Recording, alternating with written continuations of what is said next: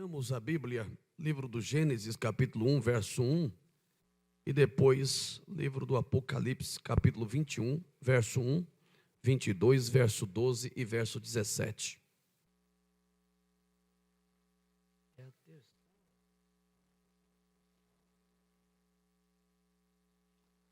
Nós já estamos na terceira terça-feira trabalhando este tema.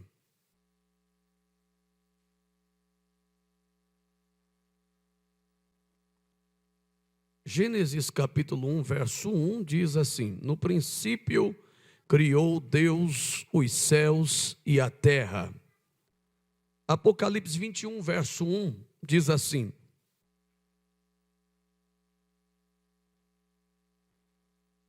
e vi um novo céu e uma nova terra, porque já o primeiro céu e a primeira terra passaram, e o mar já não existe. Apocalipse 22, verso 12 e verso 17, apenas a parte A, que diz o verso 12: eis que cedo venho, verso de número 17, e o Espírito e a noiva dizem: vem. Ora, vem, Senhor Jesus. Tome assento, por favor.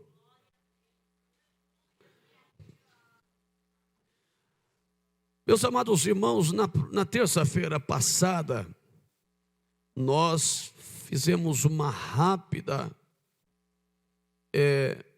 exposição sobre a estrutura do livro do Gênesis. Foi algo assim bem superficial, porque para estudar realmente as profundezas do livro de Gênesis demanda-se um tempo bem maior. Mas fizemos aí uma exposição superficial, falando sobre a quantidade de capítulos que tem, as divisões do livro, os personagens importantes que se destacam no livro, que é Abraão, Isaac, Jacó, José, não é? E falamos rapidamente, de uma maneira, lógico, continuo dizendo superficial, sobre algumas grandes obras realizadas por Deus, dentre elas a criação do universo, dos elementos existentes no universo. Dentre a obra da criação, a mais especial de todas elas, a criação do ser humano.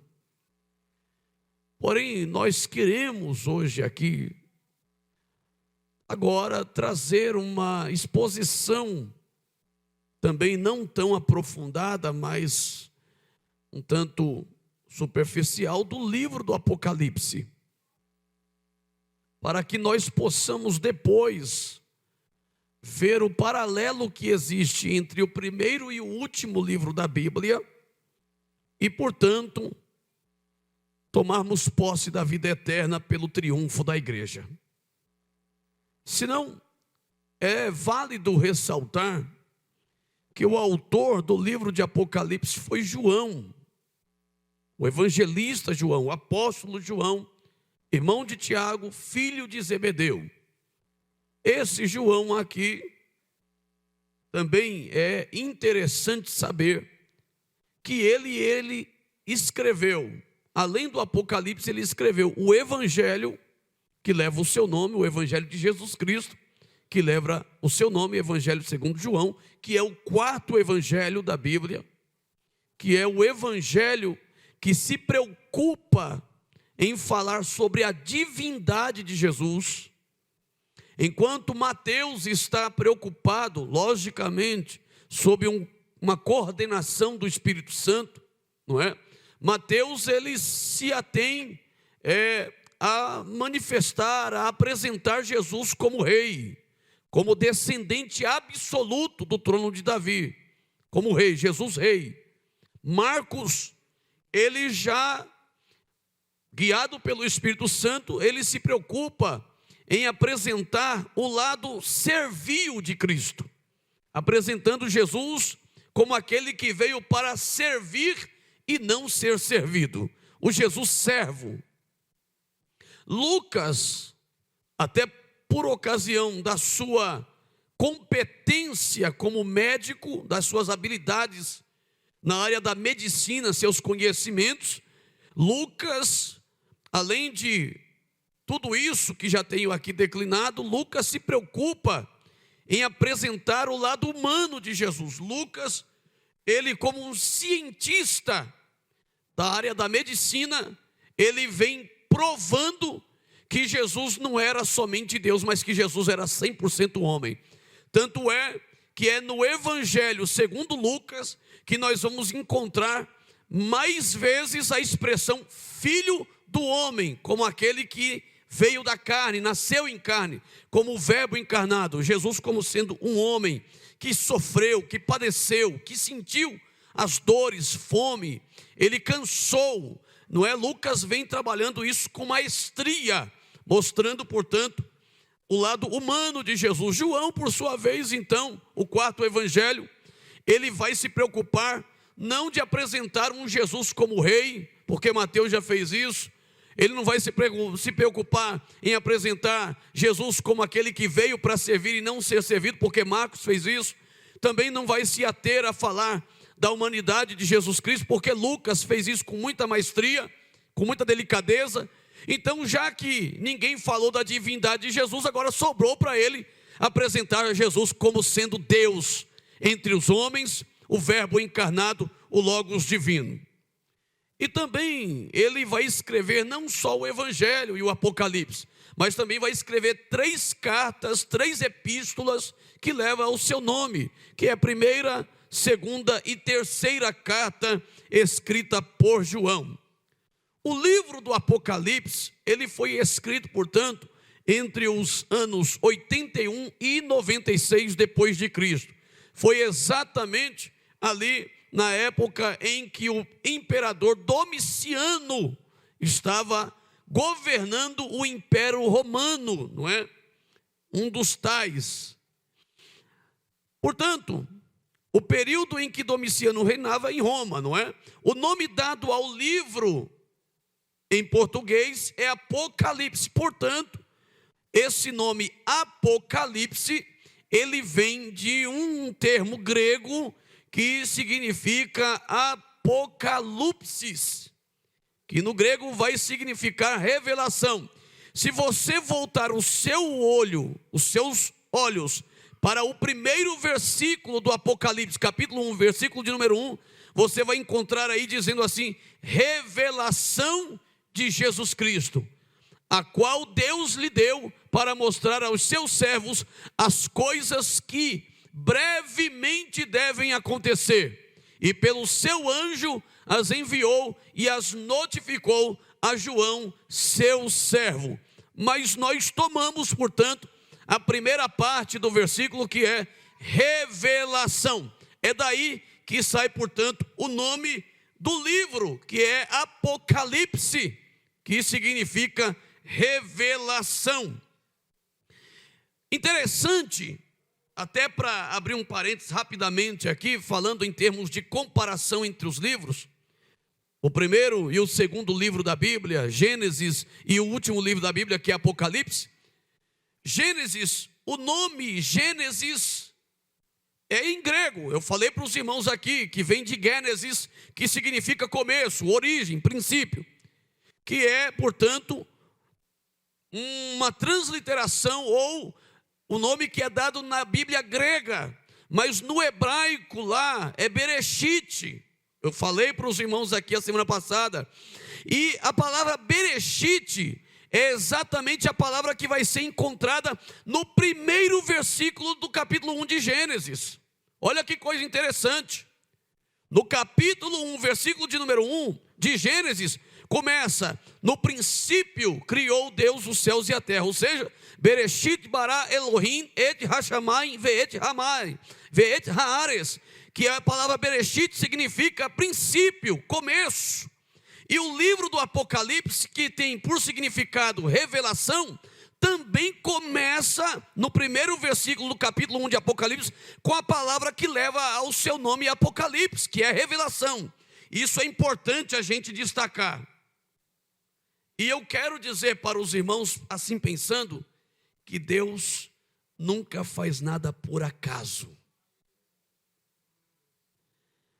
Jamais se esqueça disso. Com Deus não existe acaso. Com Deus não existe acaso. O teu Deus, você pode até se surpreender com algumas eventualidades na sua vida, mas Deus não se surpreende com nada. Para Deus, passado, presente e futuro é o mesmo tempo, porque para Ele, segundo Pedro, um dia é como 1000 anos e 1000 anos é como um dia. Se para Deus 1000 anos é como um dia, existe na Bíblia um homem que viveu quase um dia. Quase um dia ele viveu. Os irmãos se lembram de quem é esse homem? Matusalém. Me parece que foi 969 anos, é isso? Matusalém, 969 anos. Imagina você vivendo 969 anos. Não é? Deus nos abençoe. Você vai viver mais do que isso se permanecer fiel. Não é?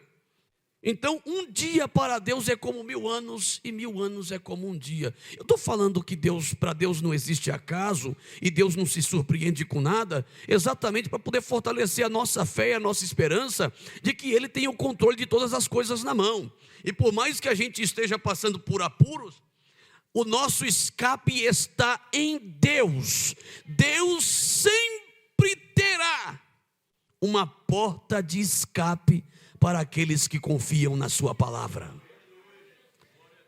Deus sempre terá uma porta de escape para aqueles que confiam na sua palavra. Continuando, então a estrutura e conteúdo do livro de Apocalipse se apresenta da seguinte forma, se não vejam. Primeiro nós temos a introdução, que é o capítulo 1, do verso 1 ao 20, sendo a introdução uma saudação, não é? E depois nós temos do verso 9 ao 20 a visão que João teve de Jesus Cristo não crucificado, não martirizado, não vituperado, não flagelado, não humilhado, não escarnecido, mas glorificado, exaltado, magnificado, santo, bendito, louvado e adorado nas alturas.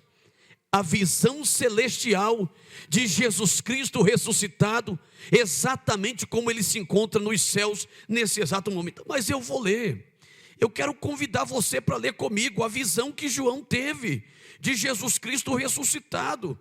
Vamos ver como é que o nosso Jesus está de acordo com essa revelação. Se não, vejam, capítulo de número 1, versículo de número 9, que vai dizer assim: eu, João, que também sou vosso irmão e companheiro na aflição e no reino, e na paciência de Jesus Cristo, estava na ilha chamada Pátimos por causa da palavra de Deus e pelo testemunho de Jesus Cristo. Eu fui arrebatado em espírito no dia do Senhor, e ouvi detrás de mim uma grande voz como de trombeta, que dizia: o que vês, escreve-o num livro, e envia-o às 7 igrejas que estão na Ásia, a Éfeso, e a Esmirna, e a Pérgamo, e a Tiatira, e a Sardes, e a Filadélfia, e a Laodiceia. E virei-me para ver o que falava comigo, e virando-me, vi 7 castiçais de ouro, e no meio dos 7 castiçais, um semelhante ao Filho do Homem. Aqui ele vai dizer que Jesus tem aspecto de homem. Um semelhante ao Filho do Homem, vestido até aos pés de uma veste comprida. Ele não está vendo Jesus mais despido. Ele está vendo Jesus bem vestido aqui agora. E de umas vestes bem compridas. No céu as vestes é comprida, né, irmãos? Eu acho que dispensa comentário, né? No céu, lá não tem como ficar cortando um pedaço da calça e nem um pedaço da roupa.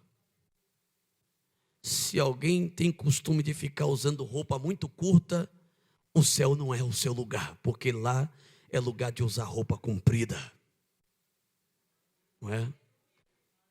Roupa muito curta e sensual demais não tem espaço no céu. Eu acho que vale a pena trazer isso aqui dentro desse comentário. Sim ou não? A gente precisa aprender, não é? Então, muito bem. Vestido até aos pés de uma veste comprida e cingido pelo peito com um cinto de ouro. Ele não está mais despido. Ele não está mais ensanguentado, pregado na cruz. Mas agora ele está completamente coberto com vestes brancas e um cinto de ouro atravessando o seu peitoral. E a sua cabeça e cabelos eram brancos como lã branca, como a neve, e os olhos como chama de fogo. Eu fico imaginando, o mesmo que viu Jesus daquela situação lá na cruz, agora está vendo Jesus de uma forma completamente diferente. O verso 15, os seus pés semelhantes ao latão reluzente, como se tivesse sido refinado numa fornalha, e a sua voz como a voz de muitas águas. E ele tinha na sua destra 7 estrelas, e da sua boca saía uma aguda espada de 2 fios, e o seu rosto era como o sol quando na sua força resplandece. E eu, quando o vi dessa forma, eu não tive outra coisa a fazer a não ser cair aos seus pés. Eu caí aos seus pés como morto, porque a grandeza do seu poder, a grandeza da sua glória é irresistível, é muito poderosa. Porém ele veio e colocou sobre mim a sua mão direita e me disse: não temas, eu sou o primeiro e o último. Eu sou aquele que vive. Eu fui morto, mas olha eu aqui outra vez. Eu estou vivo e vivo para todo sempre. Amém. E ainda continua dizendo, e outra coisa, João, agora eu tenho as chaves da morte e do inferno. Como quem diz assim, sou eu quem mando agora. A morte só mata quem eu permiti matar, e o inferno só recebe quem eu permiti receber. Eu estou acima de tudo e sobre todos. Em outras palavras, Jesus está dizendo para João: João, eu sou o Todo-Poderoso Deus. Eu sou o Todo-Poderoso Deus. Tem uma seita por aí que diz que Jesus ele é simplesmente um profeta como Moisés. Só que aqui não, aqui está dizendo que Jesus é mais do que um profeta. Jesus é mais do que o rei. Jesus é mais do que o imperador. Jesus é mais do que o anjo. Jesus é mais do que o querubim. Jesus é mais do que o serafim. Jesus é o Todo-Poderoso Deus, Criador, sustentador e Senhor dos céus e da terra. Ele é o princípio e o fim de todas as coisas. Glória seja dada a Ele para todo sempre. Muito bem. Depois nós temos no capítulo 2 ao capítulo 3 as cartas que foram escritas às igrejas de Éfeso, Esmirna, Pérgamo, Tiatira, Sardes, Filadélfia e Laodiceia. A revelação no sentido da história, a partir do capítulo 4 até o verso 22, verso 5, até o capítulo 22, verso 5, Por exemplo, nós vamos ter a visão do trono de Deus no capítulo 4. Depois, no capítulo 5, a visão dos 7 selos. No capítulo 8, do verso 6 ao 11, do verso 6 ao capítulo 11, verso 19, nós vamos ter a visão das 7 trombetas. Depois nós vamos ter a visão dos 7 sinais que Deus vai mandar sobre a terra. Depois nós vamos ter a visão das 7 taças da ira de Deus que Deus vai derramar sobre a terra. Ô, irmãos, eu vou falar uma coisa para nós aqui. Faça de tudo para não estar na terra nesse momento. Faça de tudo para não estar aqui nesse momento. Serão 7 taças. Eu penso comigo que uma só taça da ira de Deus já seria o suficiente. Mas Deus faz questão de derramar 7 taças da sua ira sobre a terra. Os homens vão provar, vão sentir o peso da ira de Deus. Deus não é Deus de brincadeira. Se alguém quer entrar no céu, o momento é agora. Se alguém quer ser salvo, essa é a hora. Porque se perder a salvação por qualquer coisa, vai sofrer, vai padecer. E depois não adianta chegar nesse momento, ninguém vai conseguir pedir misericórdia. Porque no próprio livro de Apocalipse, se você delinear as páginas do Apocalipse, você vai ver em algum momento que os homens vão pedir para morrer, mas a morte vai se afastar. Os homens vão gritar para os montes caírem sobre eles. Eles vão tentar se matar para poder fugir da ira do Todo-Poderoso e não vão conseguir, porque naquele dia a morte será tirada. É por isso que Jesus está dizendo: eu tenho as chaves da morte e do inferno. Se eu não permitir morrer, não morre. Naquele dia vão desejar morrer, mas não vão conseguir morrer. Então, ouça a voz do Senhor teu Deus. Escapa-te por tua vida enquanto é tempo. Isaías 55, verso 6. Buscai ao Senhor enquanto se pode achar. Invocai-o enquanto está perto. Porque dias virão em que você vai desejar, as pessoas vão desejar buscar ao Senhor e não vão poder mais, porque o Espírito de Deus já não estará sobre a terra, a igreja não vai estar mais nesta terra. Que o Senhor nos livre em nome de Jesus. Depois nós temos a visão da queda da Babilônia. Depois nós temos a visão do triunfo final de Jesus Cristo e a igreja junto com Jesus. E Jesus tomando parte na Nova Jerusalém, definitivamente com a sua igreja ao seu lado, a sua noiva, a sua bendita noiva, a sua amada igreja. Ainda, o principal propósito de Jesus através do escrito de Apocalipse pode ser resumido em 5 partes. A primeira parte é esta: é mostrar sua glória, sua majestade, sua divindade, seu estado exaltado nos céus após sua ressurreição e seu poder absoluto sobre todas as coisas. A igreja está sendo perseguida, a igreja está sendo martirizada, os irmãos estão perdendo a cabeça. Escute isso aqui: os irmãos estão sendo crucificados, estão pegando as irmãs, os irmãos e as crianças, dando banho de pinche neles, crucificando nos postes das cidades, das ruas de Roma e ateando fogo nos nossos irmãos. Nossas irmãs, juntamente com seus filhinhos de colo, assim como está ali a irmã Edna com Rafael no colo, as irmãs que estão grávidas, os pais, os filhos, os jovens, os adolescentes da igreja, os cantores da igreja, Os obreiros da igreja agora estão sendo levados para o Coliseu, colocado todos em uma só posição no meio do Coliseu e uma multidão gritando,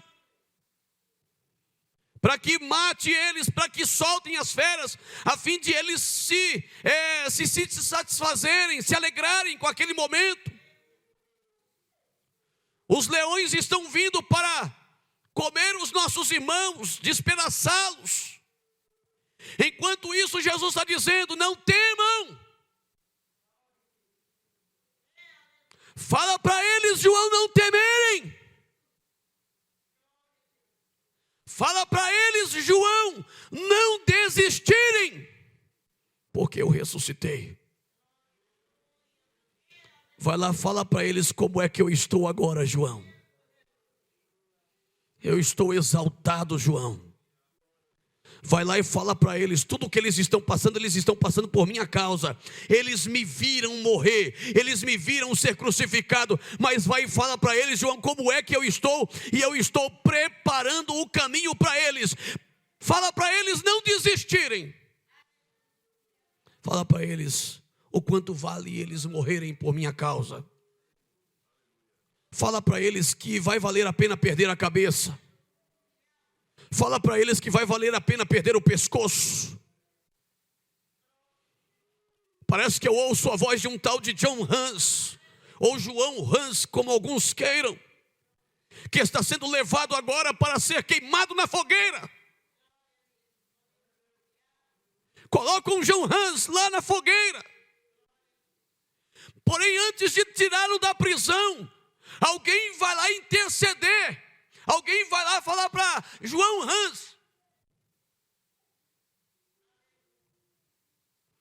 João, desiste disso aí. Não é João Hus, é Policarpo, perdão. Policarpo, desiste. Você tem a oportunidade de desistir. Só confessa que César é Deus. Reverencia César. Parece que a gente vê ele dizendo para o intercessor lá: já está pronta a fogueira? Já está preparado lá o altar? Me leva logo para lá. E o historiador vai dizer que ele se vestiu como que se estivesse preparado para um casamento. E foi levado para a fogueira. Eu não vou desistir dele, porque há 85 anos eu sirvo a ele, e ele nunca me deixou, e eu jamais vou deixá-lo agora. Eu não vejo a hora de encontrar com ele. Jesus está dizendo para João: João, fala para eles, não temam no sofrimento. Não hesitem no sofrimento. Não titubeiem no sofrimento. Não cochiem em dois pensamentos no sofrimento. Como disse Paulo, sofram as aflições como bons soldados de Jesus Cristo. Paguem o preço. Suportem as aflições, combatam um bom combate, acabam a carreira e guardem a fé de vocês, porque em breve, muito em breve,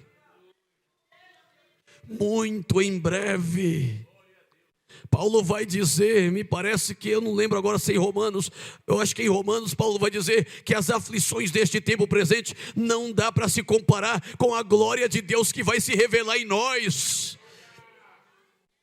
Você é humilhado, você é vituperado, você é escarnecido, você é zombado, você é perseguido, você é caluniado, perseguem contra a tua vida, mas Jesus está dizendo: suporte, pague o preço, porque daqui a pouco você vai estar num lugar, oh glória, vai valer a pena. Vai valer a pena. Eu lembro-me aqui de Estevão. Os irmãos se lembram de Estevão? Estevão estava sendo apedrejado por amor a Jesus Cristo. estava sendo apedrejado. Jesus poderia ter livrado Estevão da pedra, mas Jesus não quis livrar Estevão das pedras. Estevão poderia ter morrido de uma outra forma, mas aprove a Deus permitir que Estevão morresse apedrejado. Aprove a Deus permitir que Estevão morresse sentindo na carne a dor das pedras.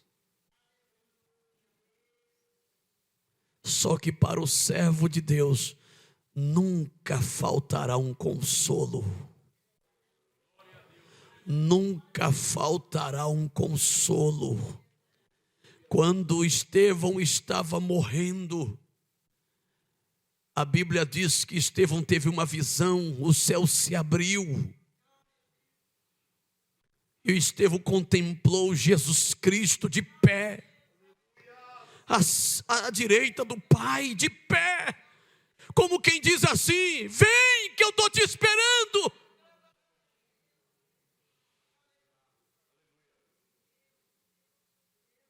Vem que eu estou te esperando. Os irmãos se lembram do pastor Luiz Antônio da Luz, que morreu naquele acidente de avião da TAM?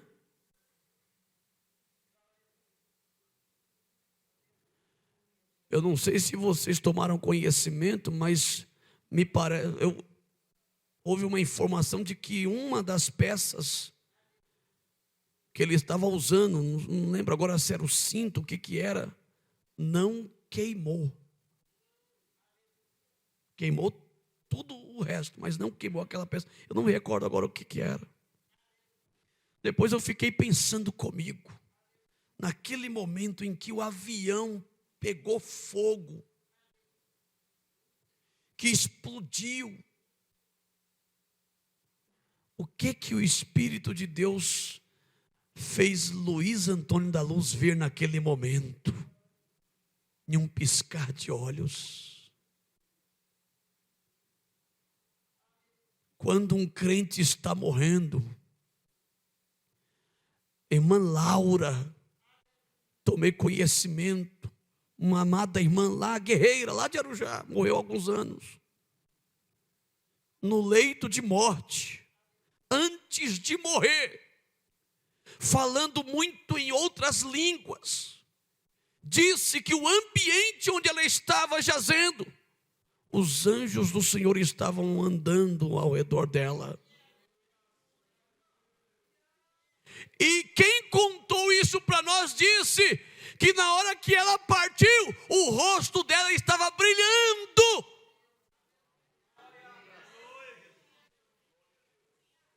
Quando a gente vai no velório de uma pessoa crente de verdade, que morreu em Cristo, a pessoa parece que está sorrindo no caixão.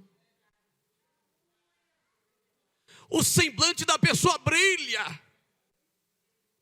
E nós estamos ali cultuando a Deus. Eu fui num velório esses tempos atrás aqui, de uma pessoa lá do Veredas. Foi um Pentecoste aquele culto de velório. Jesus renovou vidas naquela noite. A presença de Deus estava ali. É a glória de Deus. Jesus está dizendo para João, João fala para eles que vai valer a pena todo o sofrimento que eles estão passando. Vai valer a pena. A segunda parte do livro de Apocalipse, o propósito é consolar a igreja e dar a ela estímulo para permanecer fiel e fiel até a morte. Capítulo 2 de Apocalipse, versículo de número 10. Ser fiel até a morte e dar-te-ei a coroa da vida. Ser fiel até a morte e dar-te-ei a coroa da vida. Ser fiel até a morte e eu vou entregar na tua mão, eu mesmo vou colocar na tua mão a coroa da vida, eu mesmo vou te coroar, diz o Senhor Jesus. Seja fiel, ser fiel até a morte, e receberás a coroa da vida. Isso me faz lembrar de Paulo, segunda carta de Timóteo, capítulo de número 4, versículo de número 7. Combati o bom combate, acabei a carreira e guardei a fé. Desde agora a coroa da justiça me está reservada, a qual o fiel e justo juiz me dará naquele grande dia. Ninguém me importune mais. Eu estou indo.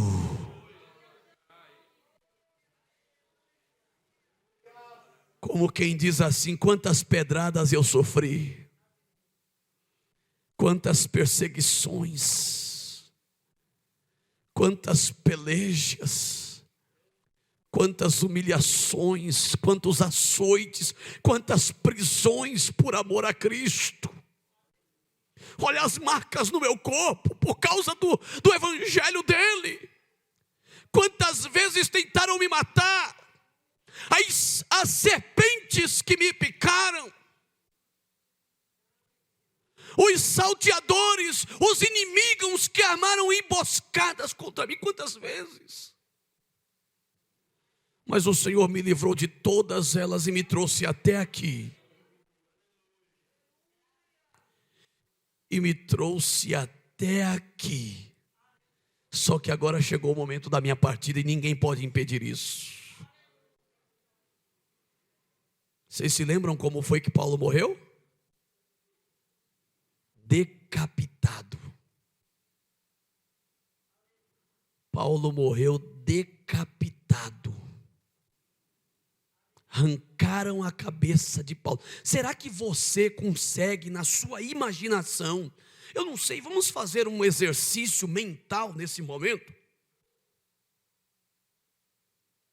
Vamos tentar imaginar você aí, dentro da sua condição, de acordo com a sua forma de imaginar. Imagina agora Paulo sendo levado para um ambiente. Imagina Paulo agora, na nossa imaginação, pelos costumes daqueles dias, com a sua cabeça posicionada em alguma coisa, em uma mesa, uma tábua, uma madeira qualquer. Jesus olhando firmemente para Paulo do trono da sua glória. O Pai olhando para Paulo. Os anjos que Jesus enviou para livrar Paulo também estão agora observando aquela cena. Todo mundo, Pai, Filho e Espírito Santo e anjos contemplando o momento de Paulo perder a cabeça por amor a Jesus. E Jesus não faz nada. Tudo o que Jesus já tinha que fazer para poder livrá-lo, ele já fez, porque agora é o momento do encontro. É o momento de Paulo triunfar, mas não mais nesta terra, mas triunfar na eternidade, tomar posse da vida eterna e receber a coroa da justiça.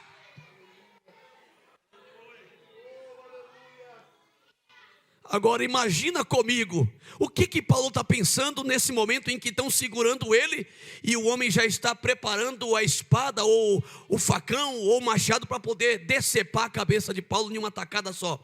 O que está passando pela mente de Paulo nos segundos finais da sua vida nessa terra?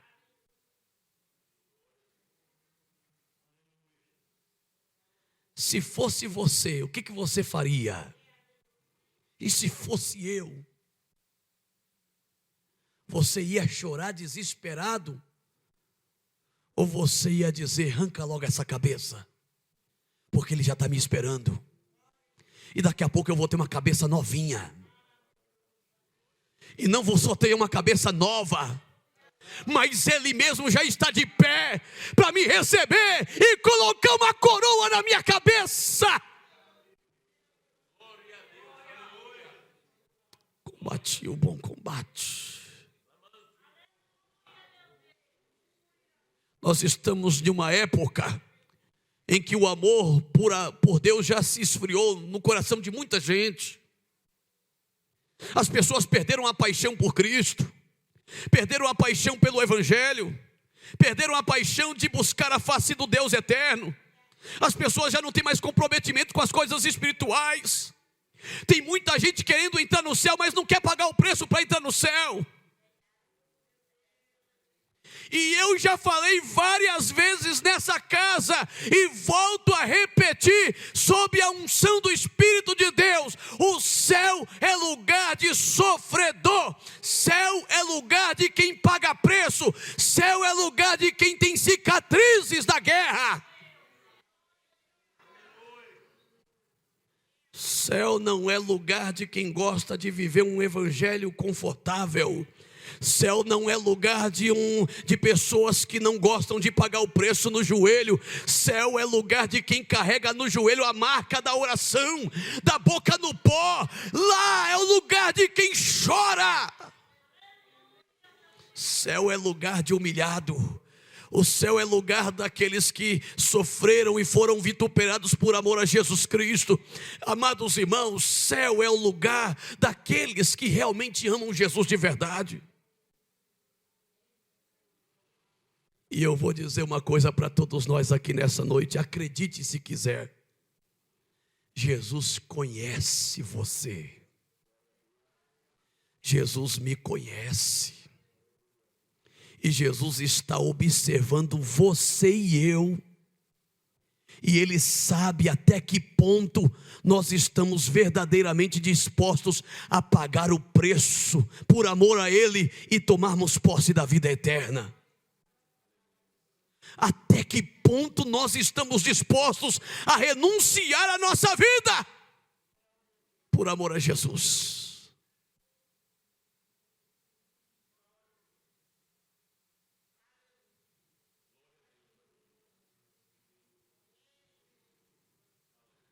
A terceira parte e o terceiro propósito do Apocalipse é revelar como Deus manifestará sua ira e julgamento contra o diabo, contra os demônios e contra todos os homens que se rebelaram contra a sua palavra, lançando-os por fim no lago de fogo e enxofre, que é a segunda morte.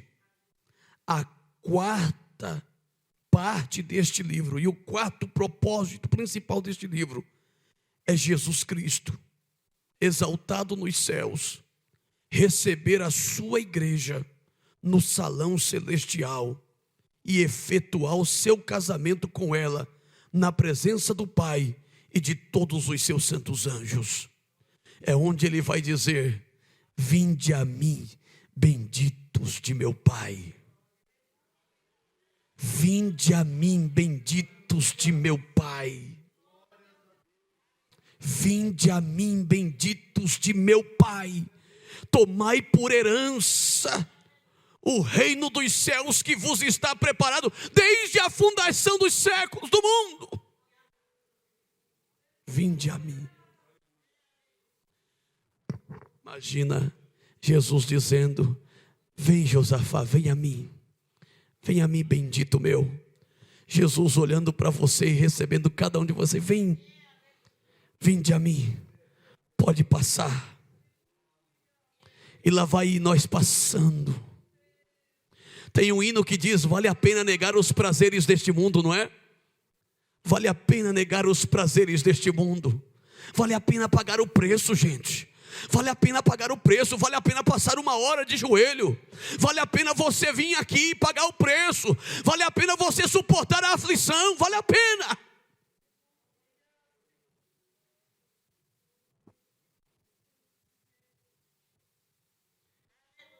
Deixa eu falar uma coisa aqui, e todo mundo sabe disso. Tudo o que você vive, Jesus sabe que você está vivendo. Tudo o que você sofre, Jesus sabe que você está sofrendo.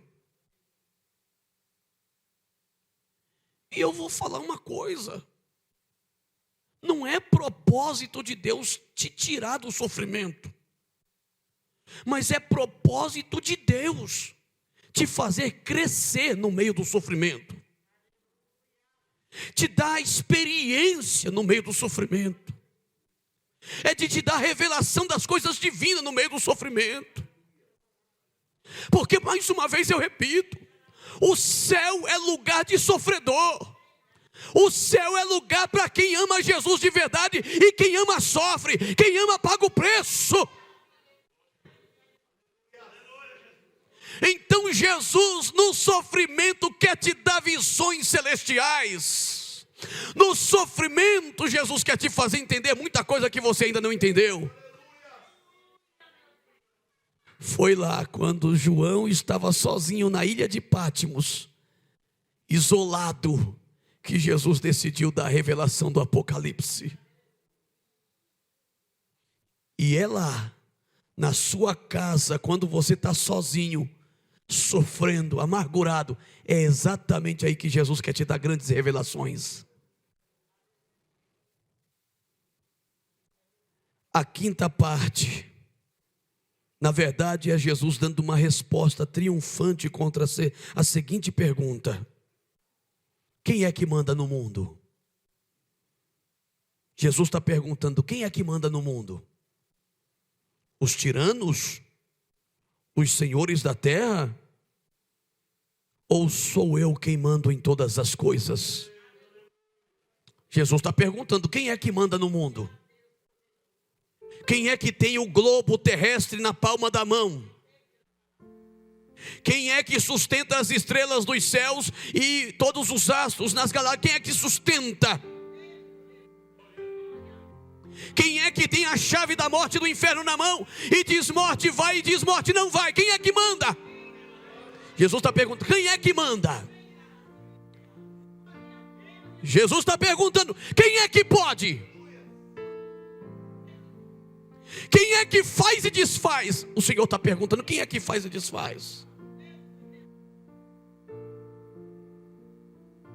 A resposta está em Apocalipse 22:13. Eu sou o Alfa e o Ômega,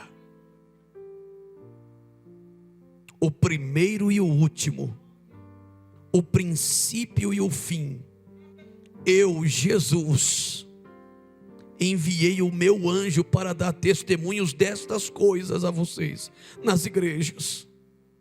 Eu sou a raiz e a geração de Davi, a resplandecente estrela da manhã.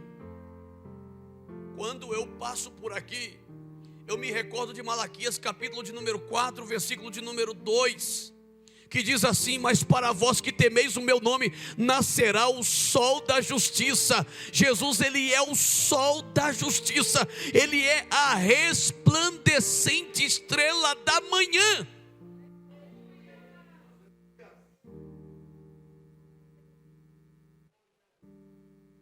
No livro de Apocalipse, o número 7 aparece diversas vezes.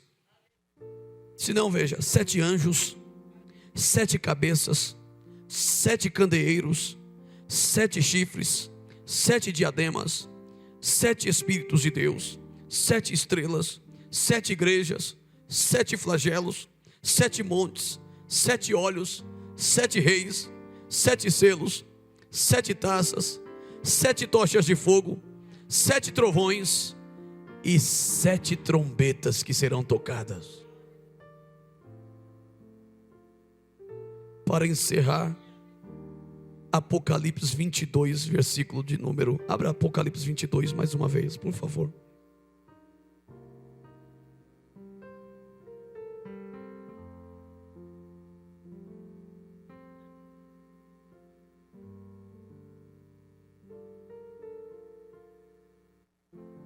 Apocalipse 22, verso de número 11. Abra no verso de número 11, por favor.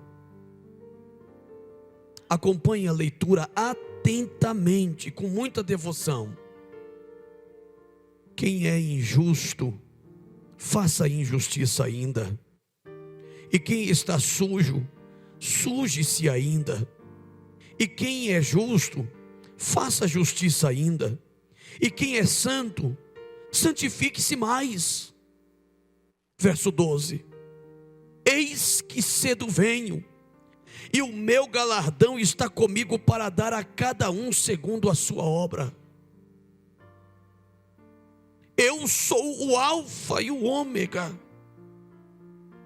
o princípio e o fim, o primeiro e o derradeiro. Bem-aventurados aqueles que lavam as suas vestiduras no sangue do Cordeiro, para que tenham direito à árvore da vida e possam entrar na cidade pelas portas. Os irmãos se lembram quando Jesus disse assim: porfiai por entrar pela porta estreita, porque larga e espaçosa é a porta que conduz ao inferno, e são muitos que entram por ela. Mas porque apertada e estreita é a porta que conduz aos céus, poucos são os que conseguem passar por elas. Então Jesus está dizendo: bem-aventurados aqueles que lavam as suas vestiduras no sangue do Cordeiro, para que tenham direito à árvore da vida e possam entrar na cidade pelas portas. A porta é muito estreita, a porta é apertada. Ficarão de fora os cães. Um dia alguém perguntou para mim assim: pastor, mas como que vai ficar? É lógico, alguém falou assim para mim: pastor, a Bíblia está corretíssima. Aqui ficarão de fora os cães, no céu não entra cachorro mesmo, pastor. Eu falei: não, meu filho, não é isso que você está pensando, não. Não é o Rex, não é o Duque, não, que você está pensando, não. Não vai pensando que é o Rex, o Duque. Não é nada disso, não. Cães aqui fala dos falsos obreiros, dos falsos apóstolos, dos falsos ministros, que são comparados como cães devoradores, lobos devoradores das ovelhas de Jesus Cristo. Ficarão de fora os cães e os feiticeiros. Aqui não é macumbeiro. Feiticeiros aqui são aqueles que são piores do que os macumbeiros. Que os macumbeiros não conhecem a Deus, não conhecem a palavra. Esses feiticeiros aqui são aqueles que estão dentro da igreja e que vivem fazendo oração contrária no meio da igreja. Ora contra o pastor da igreja, ora contra o líder do departamento tal, ora contra a família tal. Quer ver um exemplo de feiticeiro dentro da igreja? É aquele que diz assim: Jeová, manda fogo nele, queima ele, Jesus. Isso aí é um feiticeiro. Por que em vez da pessoa falar assim: Jesus, queima ele, porque ele não fala ao contrário? Senhor, queima eu. Quando alguém faz esse tipo de oração, queima ele, na essência, a pessoa está dizendo assim: Deus, faz justiça contra ele. Pesa a mão nele, pega ele, faz alguma coisa com ele. Ou então alguém está dizendo assim: olha, pode ficar tranquilo que eu vou te entregar nas mãos de Jesus. Oh, meu Deus do céu. Deus me guarde esse negócio. Ficarão de fora os feiticeiros. Quem faz oração contrária não tem parte no céu. O pecado de idolatria, o pecado de feitiçaria é pior do que o pecado de idolatria. É isso que fala lá, né?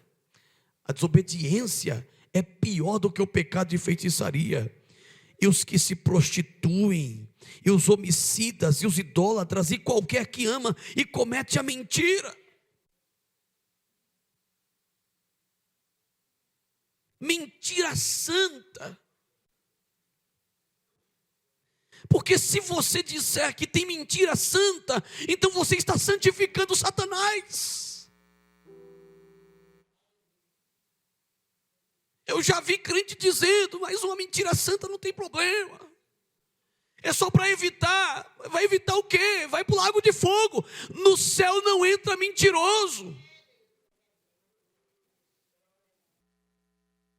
Aí no verso 16 Jesus vai dizer: eu, Jesus, enviei o meu anjo para vos testificar estas coisas nas igrejas. Nas igrejas, no Jardim Miriam.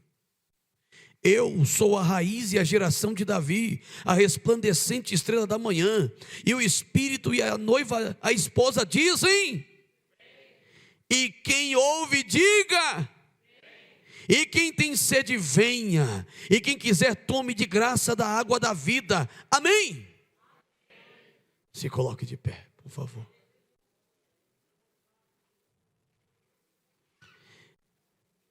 E esse culto termina com as palavras do verso 21 de Apocalipse. A graça de nosso Senhor Jesus Cristo seja com cada um de vocês. Que Deus te abençoe e te guarde. Que o Senhor abençoe a sua vida. Que o Senhor prospere os seus passos na fé. Que o Espírito de Deus te conduza pelos caminhos da verdade e te faça escapar de todos os laços que Satanás tem armado contra a tua vida. Abra teus olhos, permita que o colírio de Jesus Cristo purifique teus olhos para que tu vejas e possa escapar da armadilha do adversário. Em nome de Jesus, nosso bom Deus e nosso Pai, mais uma vez ouvimos a tua palavra, lemos as Escrituras, Senhor, acerca da tua vinda, do preço que se deve pagar para podermos alcançar a salvação. Todos nós sabemos que para entrar no céu não será fácil. Senhor, nos ajuda nessa batalha, porque o teu servo Paulo disse que o céu é tomado à força, é com luta, é com peleja, é com guerra. Abençoa a tua igreja neste lugar, abençoa a saúde espiritual desta igreja, Senhor. Sustenta cada uma dessas pessoas, desses irmãos e irmãs, com tua mão. Não permita que o diabo consiga enganar nenhum de nós na tua presença. Nos cobre continuamente com teu sangue, para que diante de ti as nossas vestimentas estejam continuamente purificadas, a nossa consciência purificada, para que possamos, no momento da tua vinda, estarmos preparados para entrarmos pelas portas e então tomarmos posse da vida eterna. Abençoa a tua amada igreja neste lugar, Senhor, e continua falando conosco conforme bem te apraz. Na tua gloriosa presença deixamos nossa súplica. Todos que concordam digam amém. Que o grande amor do nosso Deus e Pai, a graça do nosso Senhor Jesus Cristo e a comunhão do Espírito Santo seja com todos. Quem recebe com fé, diga amém. Cumprimente o seu irmão com a paz do Senhor e abrace o seu irmão.